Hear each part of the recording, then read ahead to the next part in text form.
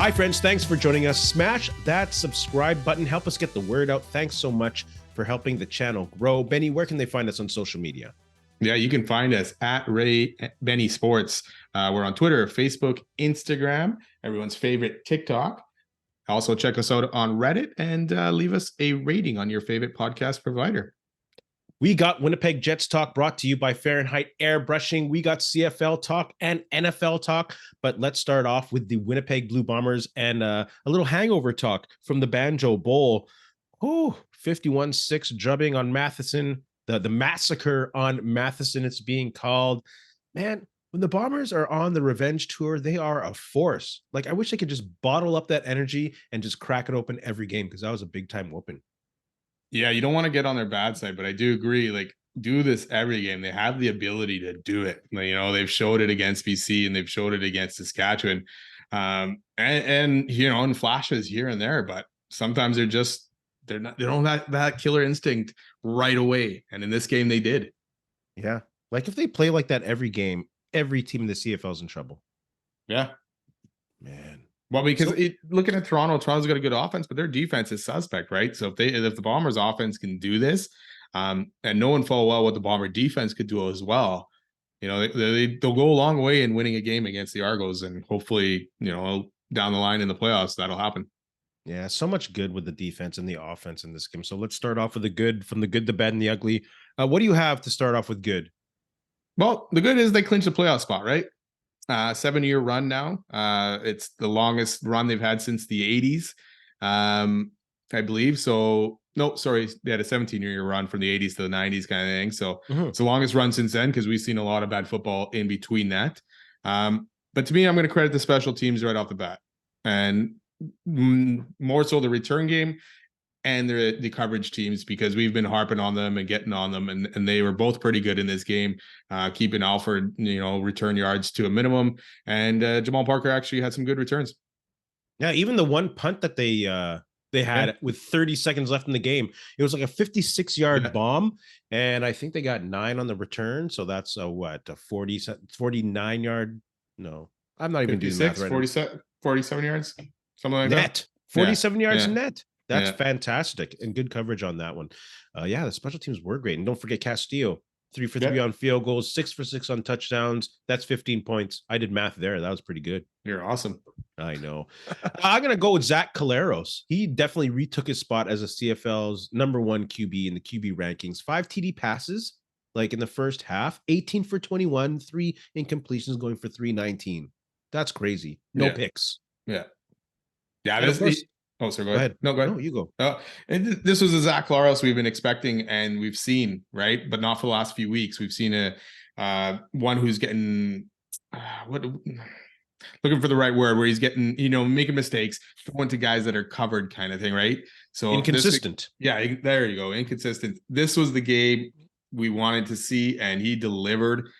Again, don't piss off the Bombers. Don't piss off Zach Collaros, because he'll come out and get you. Yeah, I love the hashtag don't headbutt the bear. That was really good. And of course, we have to mention Oliveira. You know, we talk about Zach Collaros in the MOP race. I think this week Oliveira has entered that MOP race. Yeah, I was going to ask you that. Oh, yeah? Yeah, I was going to throw that out there. If you thought that's what you thought, and I guess, that's what you think. Absolutely. Like that play for, let's combine Collaros and Oliveira when they had that pitch on the blitz when Saskatchewan sent Larry Dean on the second touchdown of the game. He just pitched it right open to who leaves the CFL's best running back wide open like that? I guess on a blitz kind of, but even pull the safety up just to make sure. But, you know, Oliveira's wide open. He got the momentum going, and you're not going to stop him.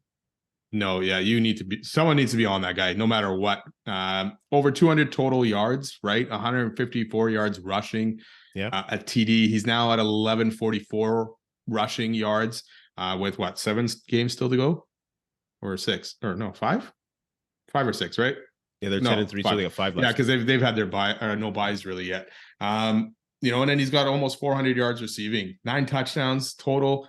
Yeah, he's definitely entered this race. I know it's always a QB thing, so if Collaros keeps putting up this kind of numbers, chances are he's winning of it. But he is definitely entered it, and he should be in consideration when it comes down to it.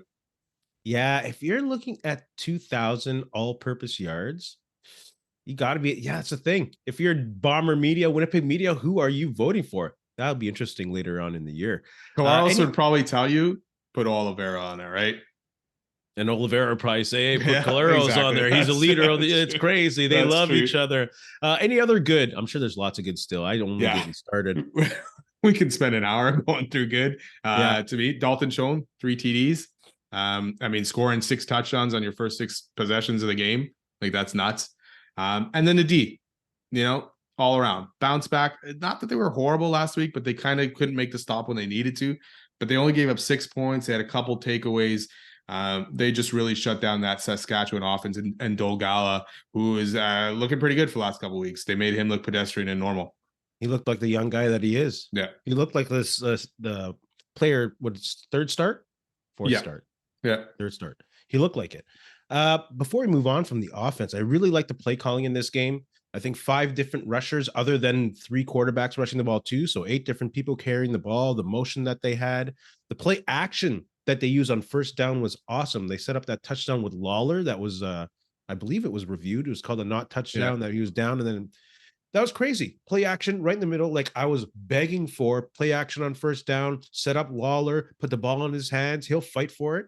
Put the ball in your playmaker's hands, and he made a play. And the thing on those touchdowns too, like the Lawler one, I believe a Schoen one and Oliver, they just wanted it more. Like they wanted that touchdown where the Saskatchewan defenders are like, okay, I'm good kind of thing, right? Exactly. So, like you look at Lawler, it's like he should have been tackled, right? At least at the 2 or 3 or something like that. And he just fought his way through and made it in there. And Saskatchewan just kind of, their body language said it all in that first half, man. They were done and ready to go home. They ate their heart. And the play action to get that touchdown from Schoen. Yeah. Where he was 1-on-1. Oh, beautifully play, called game. Someone was telling me that Saskatchewan's D was probably the best in the league. Who? Can't remember where I read that. Oh, do you hear? Hold on. You hear that? Oh, what? That's Ballsy's Twitter feed. It's pretty quiet. Oh, you like that? That was quick on the intake. It's called improv, baby. Let's keep talking about the defense. You talk about Willie Jefferson, no sacks, but 5 tackles behind the line of scrimmage. That's crazy. That is. And his pressure is the one that forced Dolagal into Cramdy's arms for the sack. So I think because of his pressure, 2 more sacks were on the stat sheet. So he had a great game. And of course, Jeffcoat with a sack, forced fumble, and fumble recovery on the same play. Like, that was great. They won the trenches, both sides. Yeah, we've called that. We called out kind of that old line last week, saying we need to see a little bit more out of them. And those guys rise to the occasion when they need to. And great game again. Jefferson, that guy can just take over a game on his own, and he was dominant, and he showed it. And it opens up all the other guys to be able to do a lot of stuff, right? Yeah. Even the DBs, they didn't give up a lot of long yard completions or anything like that to the Saskatchewan team. So all around great effort, and it was good to get guys back, Malik Clements from injuries and all this. So it's bringing these guys all back together. I had a little shout out for the DBs too, and that's the thing. When they're not on an island for a long time, they're one of the best units in the league. Yeah, they were right on the receivers, and even on those out plays that they got roasted on last week in the Labor Day Classic, they were on them. Yeah, when you're only giving up 138 yards or 39 yards total to 2 different quarterbacks, that's crazy. That's a dominant game, especially in the CFL, man. Wow. Yeah. Wow. And you're also averaging just a shade under 50 points in your last 3 home games. And you know what? A few more wins, and that could be where the West Final is. That's not a bad thing. No, not at all. That's a good thing. It'll be cold. Shout out Kurt Angle. How about any bad? Let's look at the bad in the Banjo Bowl. Most of it obviously not happening on the blue and gold side of the ball. I'll start, that earlier on in the game, not just the Bombers with the energy that they had, but you can tell Saskatchewan was off. The pass that Dolagal missed to Schaefer Baker in the end zone, it was thrown behind him. That could have been an emotional shift that they took. I still think the Bombers would have won with they were playing, but it could have at least, maybe pushed that off a bit, or maybe even set the tone for Saskatchewan. They could have the momentum there, but they just weren't on, and you can tell that pass was bad, and that set the tone for Saskatchewan's offensive play. Yeah, like you say, them scoring on that first drive, a touchdown right away, that definitely gives them some life and some energy, and then put some pressure on the Bombers to score and make sure they go score and touchdown to kind of match it. So again, like you say, the Bombers probably end up winning this game no matter what, because the way they ended up playing afterwards. But yeah, that could have been a big change in the game. Ooh, you got any bad? I gotta get it for Saskatchewan, right? Not only did they get beat, but they kind of quit this game and they kind of let the game just kind of play out after a while. There wasn't a lot of fight. I mean, like we said, the offense didn't even get 150 yards passing. The running game was a little bit better than the weekend before, but I think a lot of the yards on the ground came late. So yeah, not a great effort from Saskatchewan to even when they still were in the game. And then afterwards, they basically quit and were ready to go home. Yeah. Yeah. That comes to leadership. That comes to their head coach. When you have a head coach with that kind of energy, when you're getting whooped like that, you're done. Yeah. Right. Fight to the end, man. Fight to the end. Yeah.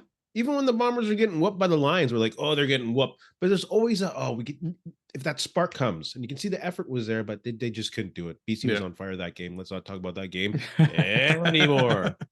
The bad. Nick Marshall had a great game in the Labor Day Classic, but he was hounded all game by the Bombers. He got abused.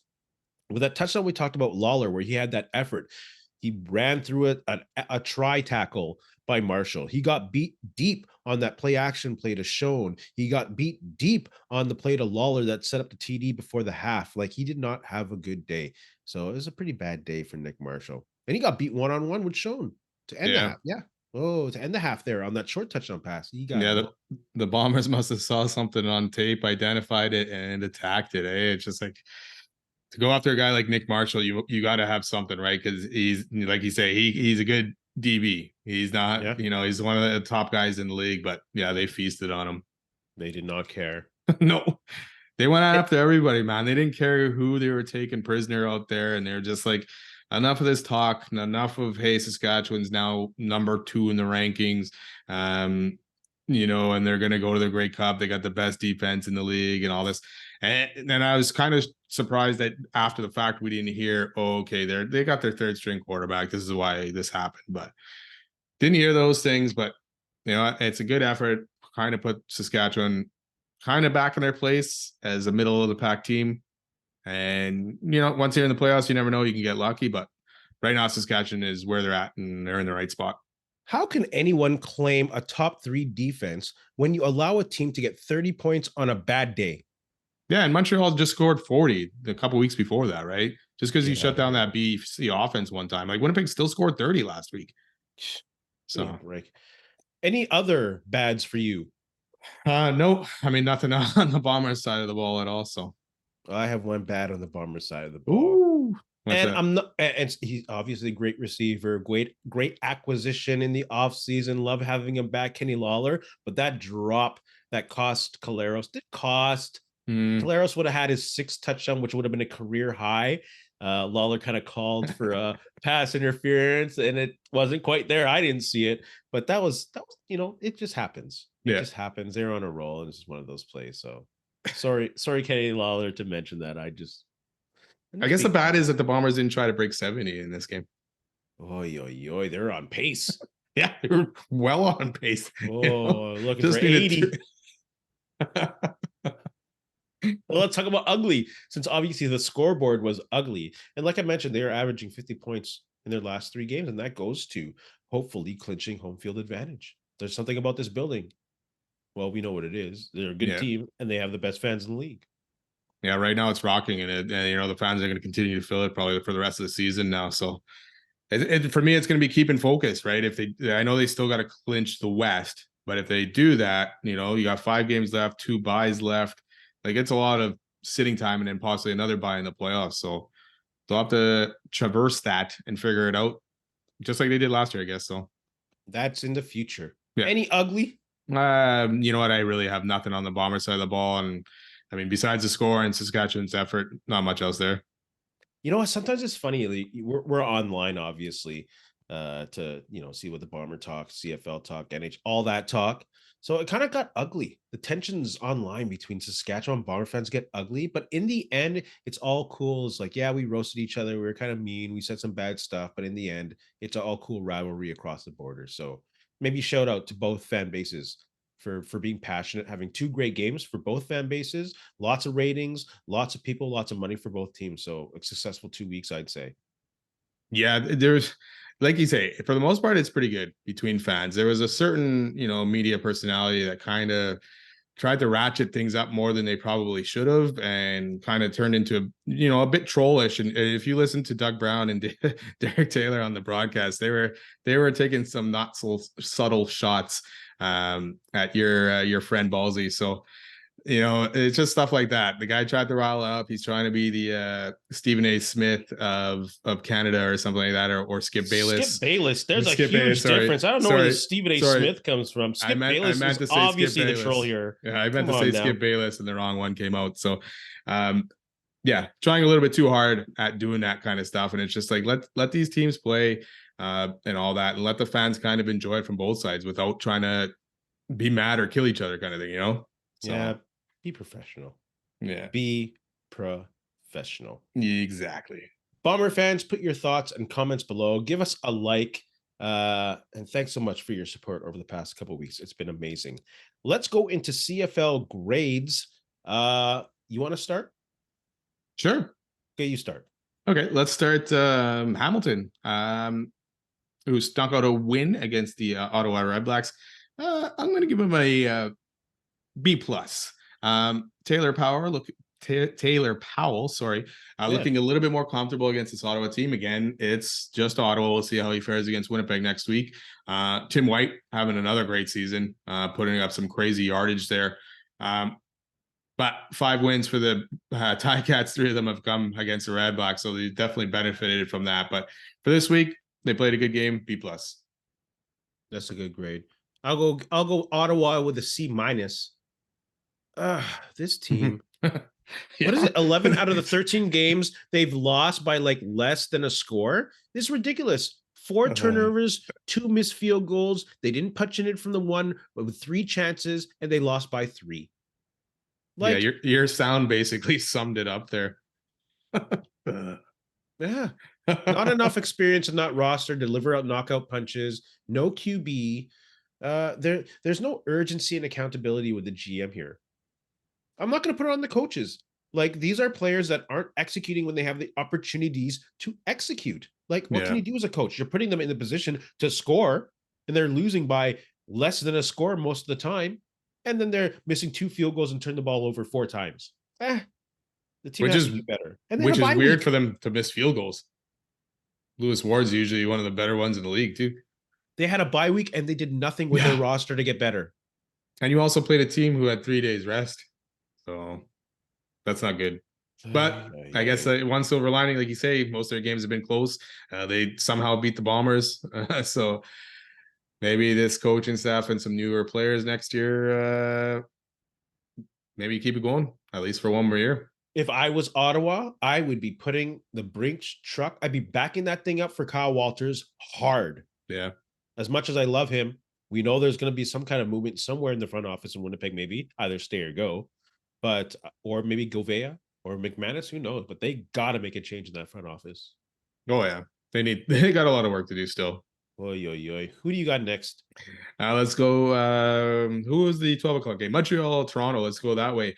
Montreal, I am going to give them a D. Another loss against one of the top teams in the league. I guess basically at this point, Toronto to the Grey Cup is probably confirmed, right? Oy. One good thing for Montreal is they signed Darnell Sankey. So maybe their defense will be really good, considering their offense has looked in shambles lately. Couldn't even block again. No running game.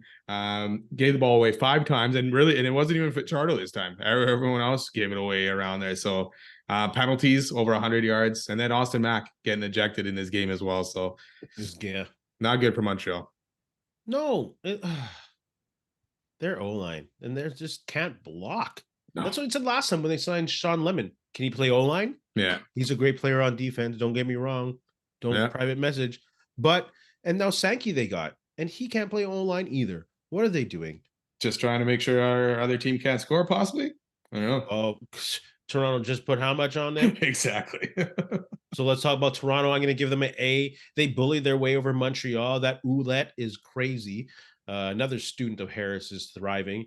Uh, like Montreal, that's the stiffest competition they have in the East. What else could I say? They're just going to continue to roll over the East. They already clinch home field. I don't care what the math says. Yeah, and then they only play BC and Winnipeg once this year, right? So give me a break. You're it's not a very tough schedule for Toronto at all. So we'll see how they are later. I know they beat BC pretty good, but the playoffs, the Grey Cup will be telling, I guess, because that's really the only spot we're going to know how good Toronto really was. How many times they played BC this year? I think only once. Yeah, well, let me just check real quick. Yeah, and how many times they played Winnipeg? Once for sure. I know that one. Wow. But like I think it was BC as well, from what I remember, it was only once. It's kind of like the schedule makers are doing everything they can to increase attendance and support for the Toronto Argos, and it's still not there. Yeah, Lions only once, as far as I can tell, because I think they play the Red Blacks 4 times. The Owls probably here, 3 times, and the Ticats probably 4 times, right? Maple Leaf Sports, do your job. You have the most successful team in the city. Do your job. Yeah. Well, the thing is, like, how many you might attract a lot of Bomber fans for that Toronto game, it being in Toronto, but why wouldn't you still do that to pack that stadium at least, right? It's crazy. Yeah. They're not doing their job. Yo, guess Saskatchewan. Yeah, Saskatchewan F. They came back to earth real quick last week. Big game coming up against the Elks. I guess they could put the dagger in the Elks next week. Or, open that door a little bit more for the Elks to maybe make a comeback and make the playoffs. It would be exciting. I'm cheering for the Elks. Don't get me wrong. But even though it's the West, I'm cheering for them. I want to see them succeed now. I'm gonna go with Winnipeg. I'll give them an A+. I've been reluctant to give A+ out this year, but this is one where it has to be over 600 yards and only giving up 204 area code. Amazing performance, dominating performance. Everything was clicking from beginning to end. So A+ there. Yeah, that's the right grade for sure, man. Thank you. Who you got next? Calgary. Every time you think this team is turning their season around, they blow it. You're up 23-7 going into the 4th.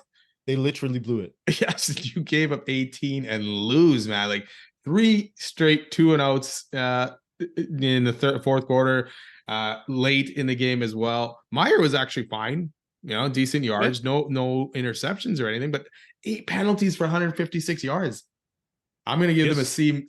They could have boosted their playoff chances to win this game, knowing that Saskatchewan had just lost. They would go 1 game behind. Yes. And they blew it. Oh, Calgary. It's like almost guaranteed. And they knew the situation. They knew the stakes. Yeah. And they couldn't live up to them. Yeah.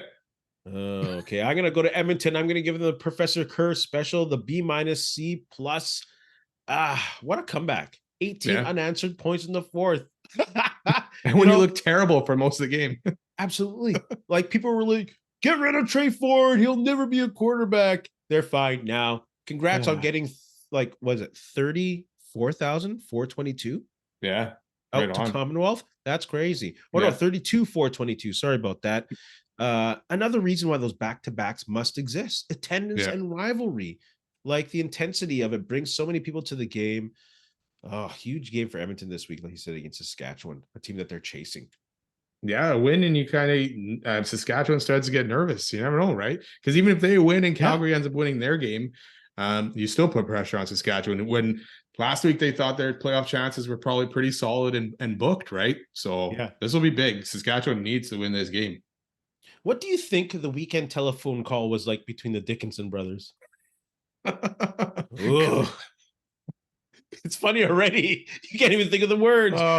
One got absolutely blown out, and then the other one lost a game in the 4th quarter that he was well ahead in.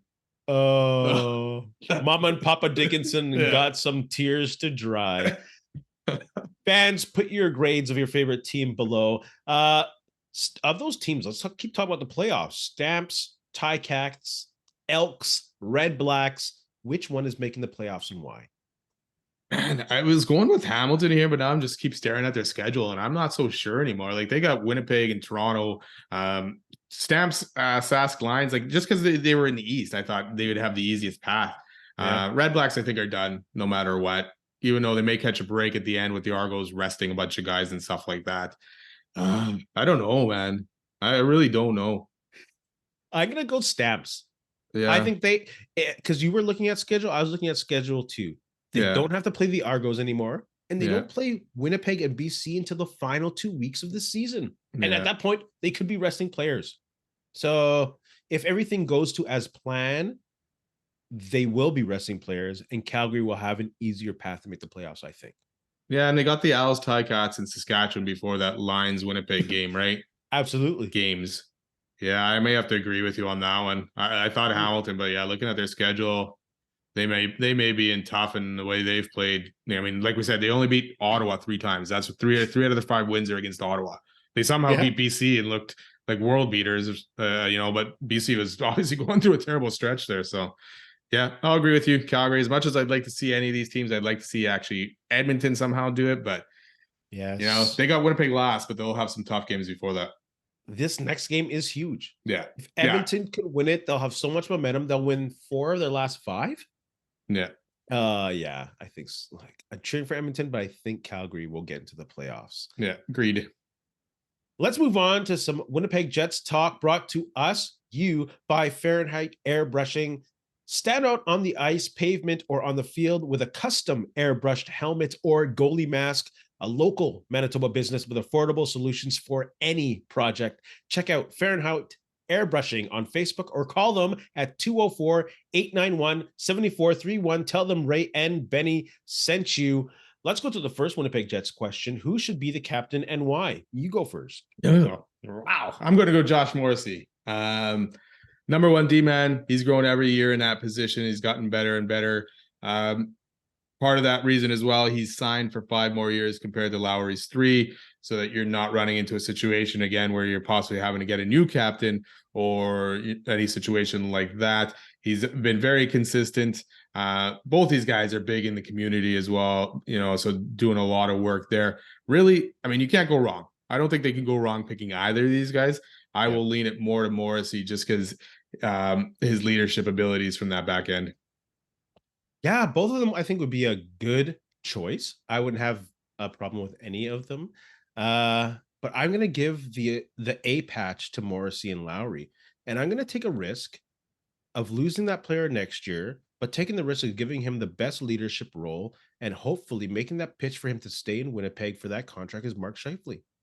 I would give him that captaincy. I would take that shot. I'm not a professional hockey coach or manager. I know that might be stupid, but I'm going to take a risk.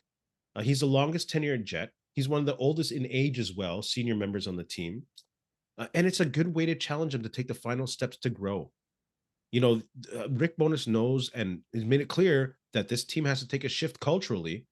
And he must know that going. And he doesn't have Wheeler and he doesn't have Dubois. He doesn't have his old boys. He's the last one out of that crew, the core, the salty core. So I think give it to him. If you want him to stay long-term, I'd love for him to stay long-term. He got that statue to look at every day when he gets to the ring of Dale Howardchuk, his mentor. Why not take a chance? That would be very risky, though, right? If the guy ends up leaving or having a terrible season. I would have liked to seen a little bit more out of Scheifele last year if you were going to make that kind of commitment. And maybe see a little bit out of him more this year, that he is taking more of a leadership role and all that stuff. But obviously, I think they got to go with the captain here, and I assume they're going to go with one. So I think Scheifele would be tough. As much as I wanted Scheifele a few years ago to be the captain, I'm not sure if I'm there yet anymore, kind of thing. But to me, Morrissey or Lowry, even Lowry, man, the guy sticks up for his teammates. He's not afraid on the ice to go help his teammates. He's a leader as well, class act as well, and he's been nothing but good since he's been here. So Scheifele would be tough. As much as I'd like to see that years ago, or maybe even now, I wouldn't mind seeing it. I don't know if you can do that, make that move. I'm all about taking risks. All about if you're going to take a risk, this is a season to do it, because you're either going to you're going to continue the retool, or you're going to rebuild. This is the year where that decision is going to be made. I keep seeing stuff online about possibly Hellebuyck and the Jets coming to some kind of agreement on a contract as well. I don't know if there's smoke there or what's going on, or if it's actual. I haven't seen any legit sources of that yet, but if that were to happen, hey man, even if it's 2 to 3 year deal, hey, fantastic. 9 to 9.5 maybe. It'd probably be a little bit a lot. Yeah, I mean, it'd be a lot. I was going to say a little bit too much, but It's going to be a lot. Speaking of Morrissey, and let's put Kyle Connor into the conversation. The NHL is putting out their top 50, which I really love. Morrissey's at 49. Kyle Connor is at 42. Without knowing the rest of them, is this fair rankings for them? Yeah, like I said, hard to say until we know the rest. But to me, Morrissey, he was 5th in the Norris rankings, right? So it depends who is ahead of him for sure. He should be probably in that top 10 D ranking. So as long as he's sitting somewhere in there, then it's a fair spot for sure. If it's anything lower than that, then I think he's kind of getting disrespected in this situation. So like I said, he's been growing. He's getting better. Not only did he put up the points, but he was good defensively as well last year, right? Yeah. So solid all around season. So to me, on him depends what the rest of the list looks like. But I'm definitely taking him on my team. We like we talked about, without a doubt. So he's definitely a top 10 defenseman. In regards to top 50 players, considering all the other positions, I think he's fairly ranked at 49. If he didn't make the top 50, I would not have been surprised. He has had that one good breakout year. And let's see if he continues that year. I don't think he'll continue that year points-wise. That's been harped upon upon weeks now. And I think that's a realization that we're all cool with. But I still think he can be a top 10 defenseman and improve on that. It's going to be hard for him as a smaller guy to get that physical presence in the zone. But we'll see. Kyle Connor, on the other hand, I think he got shortchanged here, as he always does. And I think I'll be especially pissed if someone like all good players here, someone like Mark Stone, Patrick Kane, or Brady Tkachuk make the list ahead of him. I'll be like, what is this? This is ridiculous. So as of right now, I think he is a little underrated. But if any of those three appear ahead of him, I'm not going to agree with this ranking at all. I do believe Brady Tkachuk was on the top 50 there, right around Connor. He might have been one behind Connor. Oh, well, I'm cool with Brady Tkachuk being behind Connor. I think. So now it's about Patrick Kane and Mark Stone. If either of those two are ahead of Kyle Connor, I'll be a little upset. Yeah, Brady was 43, so. Look at that. See? So Kane and Stone, we'll see where they go. As of right now, I still think he's a little underrated. If you're basing it off, like the year before, he had 47 goals, kind of a drop off last year to 32. I'm thinking Kyle may be in the right spot. Again, we don't know until what the rest of the guys are ahead of him, but a little bit of a drop off last season in terms of goals and even points. His assists were up a few, but the point totals went down. So maybe he's kind of rounding into a better player. I know he was snake bitten last year. Like, he didn't get off scoring right away, and it was very slow, a lot of posts and stuff like that. So he could definitely jump into the top 40 if he gets back to that 47 goal mark and 46 assists where he was 2 years ago. But he might be, I think, right in the right spot.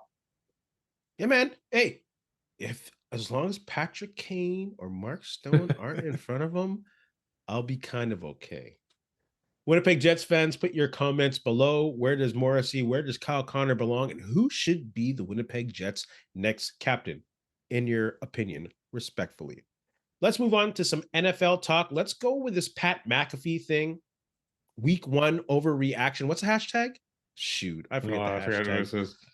But what's one of your overreactions? Should I go first? I'll go first since I'm a Steeler fan. They got whooped 30-7. Fire Matt Canada. And you know what? This is not an overreaction, because I've been saying this for the past couple seasons.